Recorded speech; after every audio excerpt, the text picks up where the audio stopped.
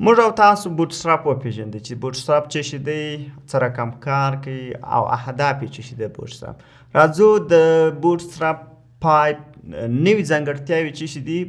زه غواړم چې د بوټسټراپ پایپ لپاره دلته د بوټسټراپ بلاک دی چې دی هر وخت د بوټسټراپ کې کوم نوي چینجونه راځي، تغیرات راځي، نو دی دلته یو بلاک پوسټ کوي چې مثلا په بوټسټراپ کې دغه چینجونه راغلي دي او موږ به راسو دا به چیک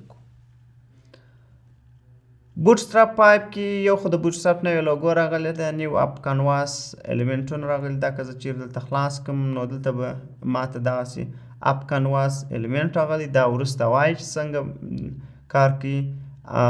دغه اکورډین هم راغلی، پر دې باندې هم بحث کوو. په فورم کې یو څه په چیک او پلاټینګ لیبلز، نیو فایل انپوټ او په دې کې تغیرات راغلي.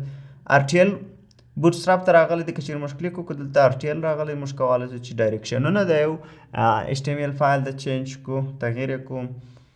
او که راسو دلته موږ او تاسو د بوټسټراپ څخه ګریډ لایاوټ کې چینجونه راغلي دي، کسټمایزیشن کې ډېر چینجونه راغلي چې موږ او تاسو کولی شئ د ساس په طریقه سره ساس به موږ د ساس بیسیکس زه وایم ځکه چې موږ غواړو کسټمایزیشن په دې بوټسټراپ کې وکړو.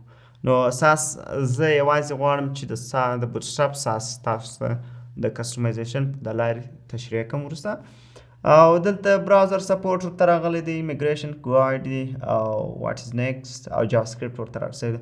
یوه خبره دا ده چې د بوټسټراپ پایپ څخه جي کیوري مکمل ایسته سوې ده. مخکې د بوټسټراپ 4 3 سره نور سره د هغو سره جي کیوري او اوس جي کیوري ځینې ایسته سوې ده. نو دا هغه د بوټسټراپ آیکنز دي چې نوي راغلي دي. دلته تاسو کولی شئ چې دا ووینئ. زه به دا تاسو ته دلته پیسټ کړم او تاسو کولی شئ چې دا بیا وروسته چک کړئ. دا به دلته کښېږدم او تاسو کولی شئ ښه زه به دا داسې کړم، دا بیا مې ایسته کړم چې تاسو مین پیج ته ولاړ شئ. نو دا هغه د بوټسټراپ فیچرز و چې موږ سره کولی شو. د بوټسټراپ فیچرز و چې موږ او تاسو ولیدل چې کم کم تغیرات په بوټسټراپ پایپ کې راغلي دي.